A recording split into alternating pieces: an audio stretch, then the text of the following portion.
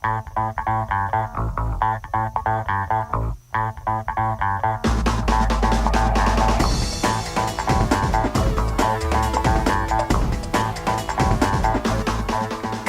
afternoon, everyone. Welcome to this week's edition of Turning Two Tunes. My name is Hannah Martin, and I am your host of the very best country music and baseball talk show around.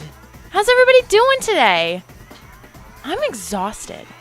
I'm so tired. I worked 12 hours yesterday or some ridiculous thing. I'm an intern, and I work all the tennis matches, and so we had 2 tennis matches yesterday, and the first one went 4 hours, which is too long. It's to be quite honest, one of the individual matches itself took 2.5 hours, and I played tennis for 2 years in high school, and I cannot imagine playing tennis for one match for 2.5 hours, and it was singles too. It was wild. But then the second match was only 2.5 hours. So, and the Cougs got the win. They swept both series. They played Idaho and Montana State, so they got the sweeps there. Go Cougs. And then I had the bright idea to go with all of my friends to the gym, and we played basketball and badminton, and now my shoulders are very sore, as well as my knees, because I literally have the body of an 80-year-old woman. But I'm here, and that's what matters, and I have some great country music for you guys today, and we're also going to be talking about the NL Central. We're going to be getting back on track with our divisional previews there. I know last week was a weird week. I just didn't feel like talking about the NL Central, so I can't even remember what we talked about.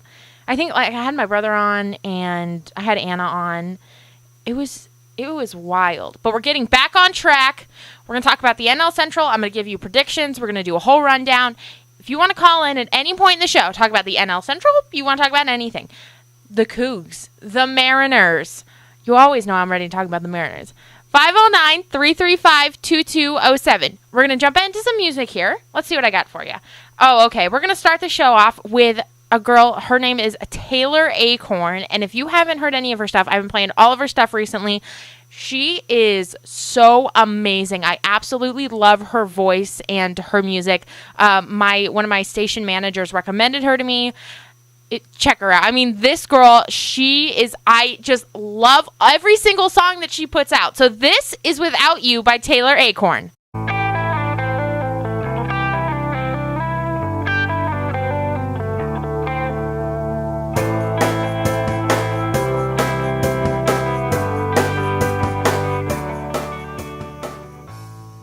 All right, we're back. I hope you guys like those songs. I found, let's see, so we had Taylor Acorn with Without You, and then Maggie Rose with Girl in Your Truck Song, and then Sam Riggs with Secondhand Smoke. And I have just discovered Taylor Acorn and Sam Riggs, and I love them. And Maggie Rose I've known about for a while, so she hasn't put out, she actually is putting out some new stuff, so I'll play that for you guys in the coming weeks. There you go. Stick around for that. But I hope you guys like the new music. One of my favorite things about this job is that I get to go out and discover a whole bunch of new music for you guys. And so I love hearing new music. So if you guys ever have any song requests or song recommendations for me, go ahead and give me a call, 509-335-2207, or I'm always active on social media, and I also have an email that's turning2tunes, TWO, tunes@gmail.com. Go ahead and shoot me an email whenever you feel like it. But right now we're going to talk about the NL Central. So if you are just tuning in, welcome. This is a baseball show where we also play some country music. And today we're talking about the NL Central. We're going to give you a rundown and my predictions and all that good stuff. So let's talk about last year. The NL Central, the Chicago Cubs won with a record of 92-70, and then I think they got swept by the Dodgers. Either they got swept by the Dodgers or they won one game in that series in the CS. Yes, in the CS. And then you have Milwaukee, the Brewers, at number 2 with a record of 86-76. And then you have St. Louis in third place, with a record of 83-79. Pittsburgh is in 4th with 75-87, and Cincinnati had a record of 68-94. And we will be starting with Cincinnati today. I just like to have the worst team go first, I guess. So this is actually, I actually want to say, like, I think the NL Central doesn't get enough, like the credit it deserves. They had 3 teams over 500 last year. And let's see. So the NL East, there was only 1 team over 500. The AL West, there was only 1 team over 500. In the AL Central, there were 2 teams, and in the AL East, there were 2 teams. So the NL Central was actually one of the better divisions in baseball. You have 3 teams playing pretty competitive ball over 500.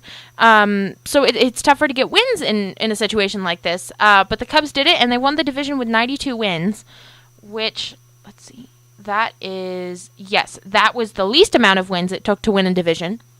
So that's kind of interesting. So you have these teams that are pretty good, but then it just takes 92 wins to win the division. Whereas in the West, Arizona finished with a record of 93-69 and finished second. So very, very interesting stuff. I know you're all fascinated by this.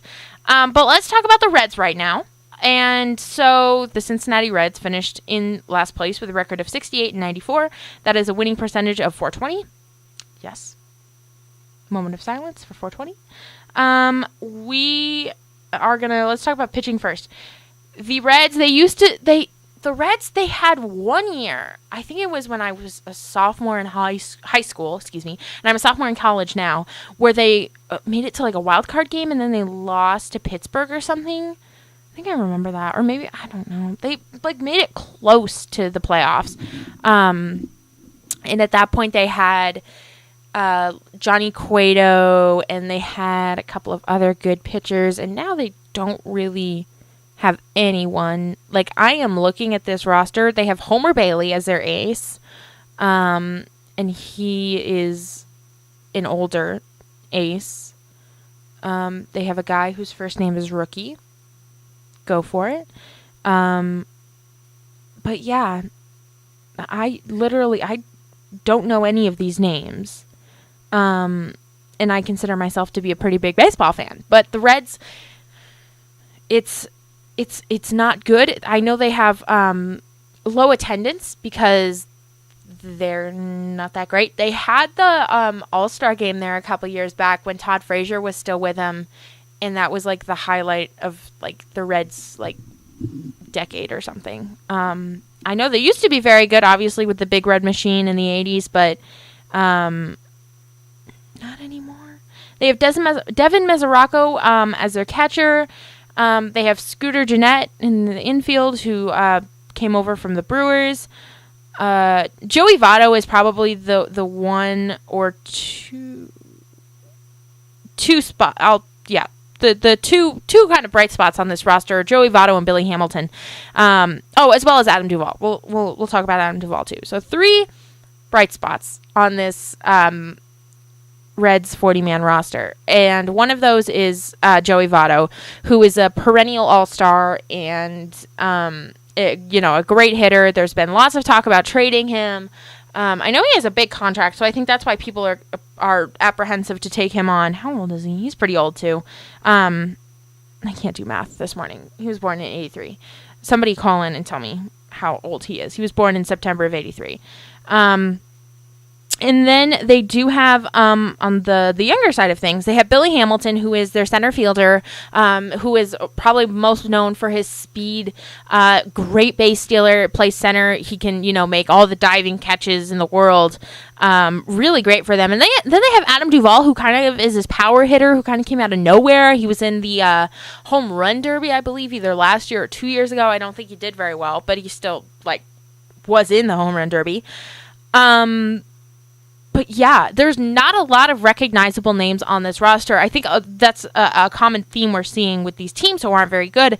There aren't a lot of recognizable names, and I think the Reds, one of their problems is that they are kind of in limbo. And I think they kind of tried to do a sort of a rebuild. They traded off Johnny Cueto, they tried to do what the Marlins are doing, and trade off their the contracts, the payroll, that's the word I was looking for, and try and, go out and maybe get cheaper free agents or work up through the farm system or something like that. And like when you have Joey Votto with this like big contract that's like sucking up a lot of money, you can't really do anything. That's why the Marlins had to flip Stanton over to the Yankees for Starlin Castro. Like, they didn't even get anything because that was just a salary dump. Like, they're just trying to get rid of him. And so they can free up the cash. So, yeah, I mean, there's not a lot to say about the Reds. They're in a competitive division. This isn't the NL East, excuse me, not to drag the NL East, but yeah, that's a terrible division. And even if they were in the NL East, they'd probably be one of the bad teams. Not to be mean, but here I am being mean to the Reds. Sorry, Reds fans. It's hard because I don't watch a lot of Reds games. Like, probably the only time I'm going to tune into a Reds game is when they're playing the Red Sox or, like, the Mariners or the Yankees or somebody. And I don't know, like, half the guys in their lineup. And because they just haven't been relevant. They haven't really done anything. They have a nice ballpark, Great American Ballpark in Cincinnati. It's very nice. It's a hard park to hit home runs in, I think also is a problem. So, I don't know. But then it's a pitcher's park, but they don't have any pitching, so yeah. Poor Reds. They had somebody last year, I think, who did pretty well for them. Maybe it was DeScalafani? Perhaps. But I think the Reds will be in the cellar once again this year. I don't think they're really going to do anything. Although Pittsburgh is going to give them a run for their money for that cellar spot. I'm going to talk about Pittsburgh when we come back, and I have a lot to say about Pittsburgh. So if you were disappointed with this segment about the Reds, yeah, you won't be disappointed in the segment about Pittsburgh because I have quite a lot to say. And one of my roommates, actually, her name is Anna, and she heard quite a bit about my thoughts about the Pittsburgh Pirates there last weekend. So stay tuned for the preview for Pittsburgh. It's going to be great. We're going to jump into some more music here, and then we're going to come back with our Pittsburgh predictions. If you'd like to give me a call, if you want to tell me all about the Reds, 509-335-2207. So the Pittsburgh Pirates today, they finished fourth in the NL Central last year. Excuse me. I'm like all discombobulated today.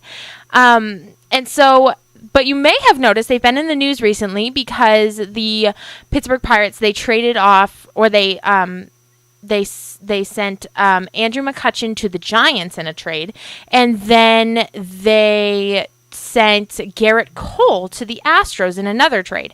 And so those are kind of the two, and the Pirates have been, so the thing with the Pirates is that they, from 2013 to 2015, they had made the World Series, they had made the playoffs 3 consecutive years, except they'd only made it to the wild card game, and they'd lost every year because they would run into an ace, because a wild card game, it's not like a regular playoff series, it's just a 1-game playoff, and so they would run into an ace that was better than their ace, who Garrett Cole at the time, I still believe. So I remember I think they played the Giants like twice, and they ran into Madison Bumgarner, and they just couldn't score any runs off of him, and they lost. And so they were never able to beat the Cardinals, who would always win the division. And so now their window to win has kind of faded, and they are kind of left. So they probably should have made these moves last season, but they were kind of holding on. And so Andrew McCutchen is gone, who was, MVP, the face of the franchise. He had a really bad year last season, and they decided to trade him off to the Giants for a package. And then they also flipped Garrett Cole, who was their ace, another face of the franchise, and he went to Houston. And so, I mean, Houston's going to have great pitching this season, let me tell you. But let's take a look at the Pirates here. So they have, they don't really have an ace anymore. So they've got Ivan Nova, who they acquired from the Yankees, who did pretty well for them last year. And then they have Tyler Glasnow, who is one of their younger players who they're excited about, who they've been kind of rolling out for a couple of games the past couple of seasons. But I mean, that's kind of it. They got Joe Musgrove, who I think came over from the Astros, but he's not like a frontline starter. Jameson Taillon is another younger guy who they're excited about.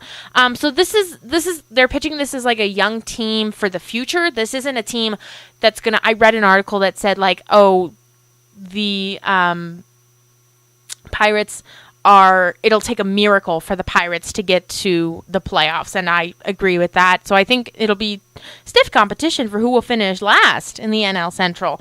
But I really don't see any way that this team is going to be able to compete now. Maybe in 2 or 3 years, but definitely not. This is not a team that's built to compete now. They have veteran catcher Francisco Cervelli. Josh Bell is a guy who they are also really, really excited about. Who is kind of going to be, the hitter of tomorrow. He's a younger guy. He's, 6 years older than me, so he's 25. And so that's the guy they're really excited about. This is kind of the face of the franchise who they're trying to move in the direction of. And then they have David Freese at third base, who is, kind of bounced around. He was with the Cardinals for a while. And now he plays for the Pirates. Jordy Mercer is a longtime Pirate they've got there. Josh Harrison, who I've heard trade rumors for Josh Harrison, so I'm not sure he's going to be with the team this year. People who know more about the Pirates than me have said that he's probably not going to be with the team, so that's the question there. They've got Adam Frazier as a younger guy they're excited about. Gregory Polanco. Sean Rodriguez, not a younger guy, but yeah, Sean Rodriguez is on the Pirates. And then they have Starling Marte, who got in some trouble last season for using performance-enhancing drugs. Whoops. So, yeah. I mean, this has a lot more recognizable names than the Reds. So I think they will be better than the Reds. But I mean, once you trade off Andrew McCutchen and Garrett Cole, who are your two top veteran players, it's kind of like waving the white flag on the season. This is not going to be the Pirates year, and it won't be the Pirates year next year, probably the year after that. They have a long way to go, and maybe the young talent is going to be there this year. Maybe it'll just blow everyone away and they'll be ready to compete, but I don't think so. But I think it's an interesting team, and I think there is, a lot of possibilities there. The nice thing about I don't want to say the nice thing, but the advantage, the bonus, the bonus of having a bad team is that you can move things around and you can try things and you can bring younger players up and you can really try and see what works and see what is going to work for the future. And so I was just going to drag the Phillies, but then I was like, we're not talking about the NL East today. And so I think it'll be an interesting season for the Pirates, not necessarily a good one or a competitive one, but I think it'll be interesting, and I think Josh Bell is going to be great to watch, as well as Jameson Taillon and Tyler Glasnow, and see if they can get things going, and what this Pittsburgh Pirates team is going to look like in 2019 as well. So I know it's kind of weird to be, we're gearing up here for, I think there's 25 days until pitchers and catchers report or something like that. That seems about right. But it's kind of weird to be talking about 2019 already. But here we are. I think that's just kind of the thing with some teams. You're like, okay, this isn't our year, so what are we going to do the year after this? There are people calling for the owner of the Pirates to sell the team because they're salty that Andrew McCutchen and Garrett Cole are gone. From a non-fan of the Pittsburgh Pirates standpoint, I think it's hard. It's hard for fans. I'm trying to say this in the best way. It's hard for fans who do not understand all the intricacies of baseball, who just want their team to win. It's hard for them to understand these moves and for them to be okay with these kind of moves. So if I was, I'm trying to think who the Red Sox have who are veteran players. They only really have Pedroia, and Pedroia is not going anywhere. If I don't know, if the Red Sox had ever traded off, if they were bad and had traded off David Ortiz for some reason, which I never would have happened in a million years, but if they had, I obviously would have been upset. I would have cried, I'm sure, a lot. But at the end of the day, I would have been like, okay, I understand this move. Like, am I happy with it?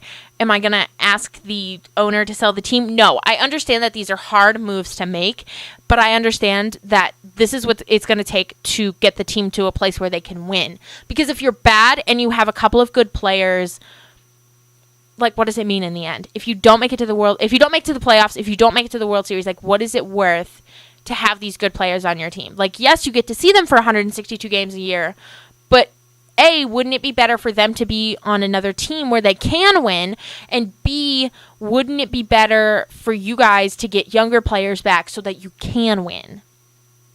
Just some thoughts out there for you Pirates fans who are upset about, I mean, be upset, like, go for it, but at the end of the day, like, realize where the decision behind these moves is coming from, and the logic behind them, I think, is more important there. But yeah, that's my talk about the Pirates. It's not their year.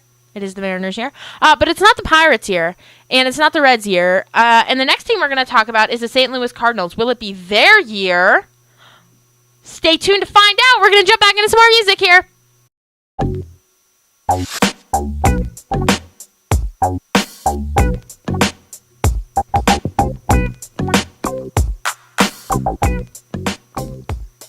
All right, so we are moving right along today. We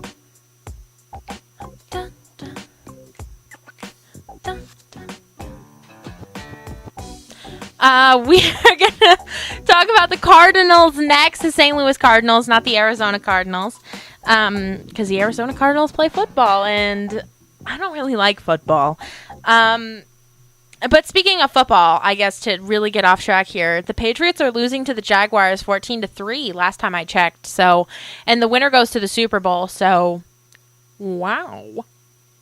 Anyway, St. Louis Cardinals, they finished third in the division last year. They were over 500. They had a little bit of a... They started out pretty cold, and then they had a little bit of like a hot stretch at the end. And so people were like, oh, are the Cardinals going to, challenge the Brewers and the... Cubs for that spot? Are they going to challenge somebody for a wild card spot? Nope, they didn't end up doing that. But they finished over 500, which is always good to see. And so it makes you wonder, what are the Cardinals going to do in 2018? Well, let's answer that question right now. The pitching. The Cardinals are one of the... Let's see. The Yankees, as I'm sure you all know, are the winningest team in baseball history. They have 27 championships, but the Cardinals are second, I believe. I think they have 11 or 12 titles, and so they have a history of always being good, and they've made it to a lot of World Series. They haven't won, though, like recently. I think they've won one in the past 10 years or so. In 2004, they made it to the World Series and lost to the Red Sox. In 2013, they made it to the World Series and lost to the Red Sox. So, I mean, not to, toot the Red Sox horn there. But this is a team who is used to being good and is used to having a lot of success and being dominant in the NL Central, which is easy because, well, I don't want to say easy, but, the Cubs didn't win a World Series for 108 years or something. So, it really was like a 4-team division. And so you look at the roster, and let's start with the pitching here. Adam Wainwright has been their ace for quite a few years. I think his numbers went down last year. Let's actually take a peek at Wainwright's numbers from 2017. Yeah, he had a 5.11 ERA. He only pitched 120 innings. I think he might have had an injury or something like that. So I'm not sure how much longer he's going to be around. The Cardinals team is kind of odd in the way that it's structured because you have a lot of these older players, such as Adam Wainwright or Yadier Molina, who we'll talk about in a second. Matt Carpenter also, and they are, older. They're kind of Yadier Molina is retiring next year, I believe. And maybe they're not, being as productive as they once were. But then you have a lot of younger guys who are really doing well for your team. And so usually there's one or two of those veteran guys on the team, but the Cardinals have like a lot of them, I feel like. Yeah, because you're looking for like that one guy to be your veteran leader. So like the Astros last year, they had Carlos Beltran on their team, and he was really there just to be a leader and for the team because he really... It was at the tail end of his career. I believe he retired. I'm like 99% sure he retired. And so you have Wainwright and definitely Yadier Molina in that role. So it'll be interesting to see what happens this season because I think it's Yadi's last year. But going back to the pitching, they have Adam Wainwright. They have Michael Wacha, who they've been really keen on for the past couple of years, going back all the way to 2013. They have Carlos Martinez, who's really good for them last season. And then in the bullpen, they have Luke Gregerson. They just acquired Dominic Leone from the Blue Jays. Hate the Blue Jays. They also have Brett Cecil, who also came over for the Blue Jays. Hate the Blue Jays. And yeah, Luke Weaver, question mark. They need an ace. Not an ace. They need an ace closer, I should say. I think is one of the biggest problems with the Cardinals is that bullpen. I know they had bad problems with the bullpen last season. Because it is really, in my opinion, in my humble opinion, it is impossible to win at an elite level. So in the playoffs or even in the World Series without a lockdown, shutdown closer. It's hard to win ball games even without a great closer because you look at last year and the. Oh my God, who did the Astros have closing games for them? They had a good closer. I can't remember right now. But the Yankees had Aroldis Chapman. The Red Sox had Craig Kimbrell. The Cubs had Wade Davis. The Dodgers had Kenley Jansen, obviously. And so, because you need someone with a 1-run lead in the 9th, you need to be able to hand a ball to someone and say, don't give up any runs for me. Go get me the W. And so the Cardinals don't really have that kind of a guy, and I think that's what's really missing from this team. Moving on to the catchers, obviously they have Yadier Molina, who's been there forever. I mean, as long as I've been alive, I think. Maybe not that long. But he has been there for a lot of years, and he's been a main staple of this Cardinals offense and defense as well. He's one of the best catchers of all time. On both sides of the ball because it's really, really hard. Teams are always looking for catchers that can hit, and it is so, so rare to find a catcher that can hit for you and be really good defensively for you. Like, literally, Salvador Perez, even when he's having a bad year, he plays for the Royals, even if he's having, maybe he's hitting 250 or something, he is still an all-star because there's just no other catchers who can hit. And that's just how it is. And so you have Yadier Molina and Buster Posey in the National League, who are your two, top catchers who are always fighting for that starting all-star game spot. And so it'll be interesting to see the state of catchers when Yadier Molina goes away because he's been here for so long. In the infield, they have Matt Carpenter, who's been there for a while, manning second base, I believe. They keep moving him. And then they have Jed Jerko, who's one of the younger players there for him. Colton Wong, if you will remember, most famously got picked off in Game 5 of the 2013 World Series against the Red Sox. Koji Uehara picked him off to end the game. Red Sox got the win. I really had to search the depths of my memory for which game that was. I'm pretty sure it was 5. Which game was the obstruction game? Because it was the game after the obstruction game. I'm really trying to think here. It might. Okay, I'm gonna figure this out and then I'll get back to you guys about this because this is gonna drive me crazy. But in the outfield they have Dexter Fowler, who I really like. Good younger-ish player. Actually, no, 86. Well, I can't do math today, but good player, Dexter Fowler. And then what I think is really interesting is they just acquired Marcell Ozuna from the Marlins, and Marcell Ozuna is a great. Established guy who he's got a great bat. He's great in the outfield. I think it's a really nice addition to this team. And kind of one of those moves that kind of goes under the radar, but I really like that. These are the moves that win teams close games or playoff games, these little moves. Because it's not, everybody heard about when Stanton went to the Yankees, but I'm not sure everybody heard about when Ozuna went to the Cardinals or Dee Gordon went to the Mariners. These are good, solid moves. Maybe they're not, Stanton level deals, but they are good moves, and these are moves that build teams. Do I think the Cardinals will be able to compete in 2018? Oh my God, I just forgot what year it was. Will the Cardinals be able to compete in 2018? Maybe. The NL West is just so good right now, and the Giants are getting better because you have the Dodgers, the Diamondbacks, and the Rockies, and then you have the Giants too, who are also getting better. And so it's going to be very hard for other teams to come up and try and get a wild card spot because I honestly, I think the Diamondbacks or the Rockies are going to get one of those, are once again, favorites for the wild card spots. And at least one of the spots will go to one of those teams. So if you are, at this point, you're only competing for like that second wild card spot, and the Cardinals finished third in their division, and so they would have to beat the Brewers, and then they'd have to compete with the Giants and the Rockies. There's nobody in the NL East. They're all bad over there, except, the Nationals, but they're bad too. So it's really, it's like, if in my mind, it's like it's a 4-horse race between because the Padres aren't doing anything, the Giants, the Rockies / the Diamondbacks, the Cardinals, and the Brewers for that second wild card spot in the NL. Is it out of the realm of possibility? No, but I think it will be very, very difficult, because I think there are going to be good teams in the NL. Whereas if you look at the AL, there is a similar situation, in my opinion, where either the Yankees or the Red Sox are going to take that first wild card spot, and so it comes down, you're competing for that second wild card spot. But there are a lot of mediocre teams in the AL, where I think there are a lot of good teams in the NL, with the Rockies and maybe the Giants, depending on, because they acquired Evan Longoria, and they just got Andrew McCutchen, so depending on his production, so all these things kind of weigh in, and then the Brewers and the Cardinals. So I think it'll be a lot more interesting when it comes down to that second wild card spot in the NL. I don't think it'll be like a runaway like it was this past year, where it was decided pretty early on that it was going to be the Diamondbacks and the Rockies 1-2.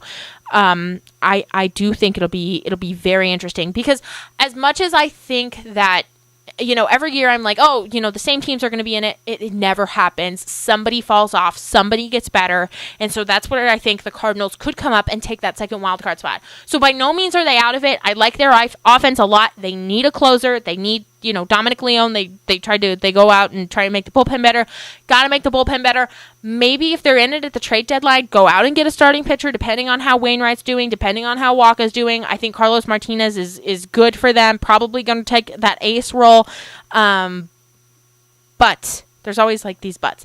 They really have to assess themselves in July at the trade deadline, see where they are at. If they're within striking distance of that second NL wildcard spot, go for it. Send it, as my brother would say. But there is competition there. Are the Cardinals out? No, but I think they have some room to go in order to be a good competitive team. So yeah, I want to hear your thoughts on the Cardinals, Pirates, Reds, anything really. 509-335-2207. I'm on for about 45 more minutes, so plenty of time still to call in. We're going to jump back to some more music here, but feel free to give me a call, 509-335-2207.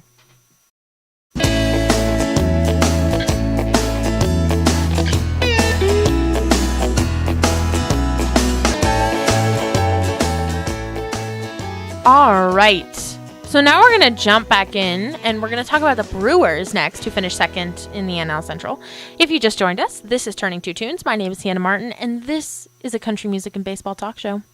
And today we're talking about the NL Central, which includes the Milwaukee Brewers, who, as I said before, finished second in the NL Central. And so one of the odd things about the Brewers is they don't have a lot of recognizable names, but they still did really well last year. And so, you look at this pitching staff, and you can't really, they don't really have an ace. It's probably Jhoulys Chacin, maybe? I don't know, because it's it's odd, because usually when you don't have, any big names that I would, immediately realize, you're probably the Reds or the Phillies or somebody. But the Brewers are getting it done, man. Go Brewers. Catching, they have Jet Bandy and Stephen Vogt. They've got, oh my goodness, they've got 5 catchers on their active roster, which is a lot. Usually people have 2 or max 3. I've never seen 5 on an active roster. Wow. Infield, they acquired Travis Shaw from the Red Sox the season before last. He did really well for them. It makes me really mad, because the only reason that the Red Sox traded Travis Shaw was so they could free up third base for Pablo Sandoval, and now Pablo Sandoval is making a bunch of money floating around the Giants, farm system. Nobody knows where he is, but he's making a bunch of Red Sox money because he signed a big contract and he sucked. I will rant about Pablo Sandoval at another time, I'm sure. But Travis Shaw plays for the Brewers now. He did really well. Eric Sogard, who was bounced around a little bit. Eric Thames, who hit like a bunch of home runs last season. Jonathan Villar, also really well for them. Ryan Braun, probably the face of their franchise. He did PEDs, just saying. And then they also have Keon Broxton in that outfield. So this is a team with not a lot of names, but this is a good example of using like younger players to really propel your offense and like your team as a whole. But yeah, I think they're also going to compete with the with those other teams I mentioned earlier, the Cardinals, the Rockies, and the Diamondbacks for that second wild card spot in the NL. I think they definitely, they have some places to improve. Also, I think they need a closer there, maybe another bat, but maybe for like the 3-hole or something. But I really like this lineup. It's good. Obviously, they proved they can play. Last season, they played. There's 3 teams who were over 500 in the NL Central. They were second. So, and I mean, the Cubs were coming off a World Series year, so obviously there's competition there. But yeah, not too much to say about the Brewers. I don't watch a lot of Brewers games. Besides when I said when they're playing the Red Sox, the Yankees, or the Mariners, because I'm true to the blue.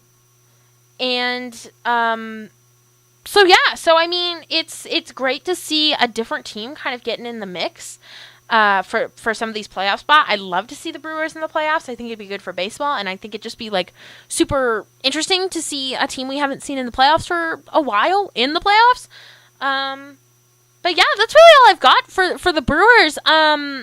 It's going to be an interesting season. I think they will. I don't think they're going to be able to top the Cubs. They might be able to. They kind of give them a run for their money, but I think they won't be able to top the Cubs there for that NL Central title. But I think they'll definitely be competitive for the wild card spot, along with those other teams I mentioned. So yeah, go Brewers! They're finally winning some ball games. It's been a while. I don't remember the Brewers ever being good. So congrats to them. I want to hear your thoughts on the Brewers, on anything we've talked about today. 509-335-2207. I'll be on for just under a half hour here. I'm going to play some more music for you guys. But yeah, definitely I want to hear your comments. 509-335-2207.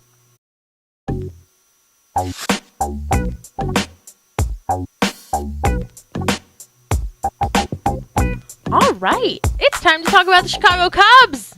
They won the World Series a couple years back, as I'm sure you know. And they won the NL Central last season.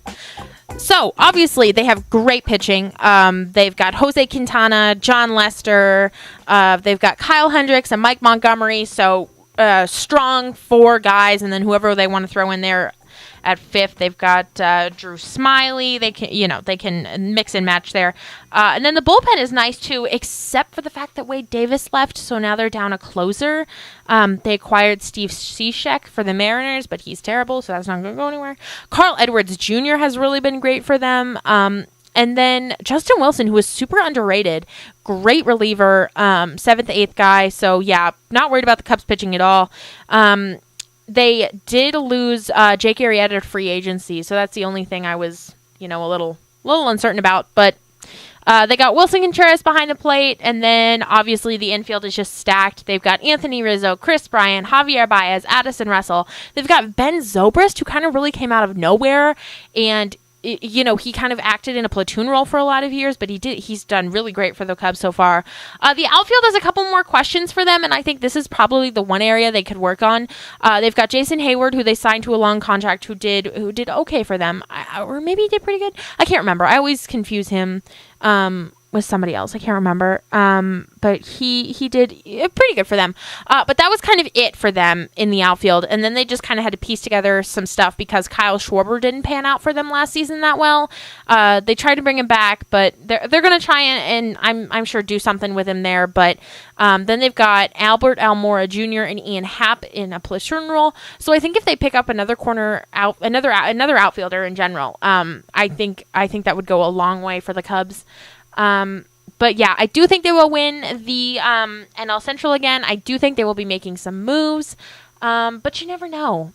things always end up strange, but I have faith in the Cubs. I think they're going to be just fine. So we are going to play, let's see, the time is just ticking away here, folks. So we are going to play one last song for you here, and then it will be time to say goodbye. But my NL Central recap for you, I've got Cubs. Yeah, I guess I don't. Let's go Cubs. Brewers, Cardinals. I'm still undecided. Second and third. Pirates, Reds. There you go. Give me your thoughts. If you want to be on really quick, we can go 509-335-2207.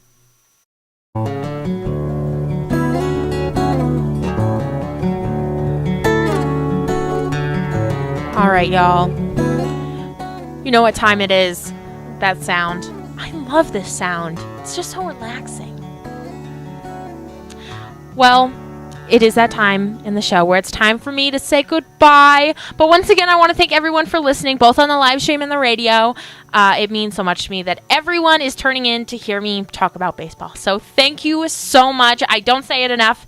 I don't think I can say it enough. But thank you, thank you, thank you. Like I said, it just means a lot to me that whoever is listening tunes in and listens. So thank you very much. You don't want to miss next week's show. We're going to be talking about the NL East.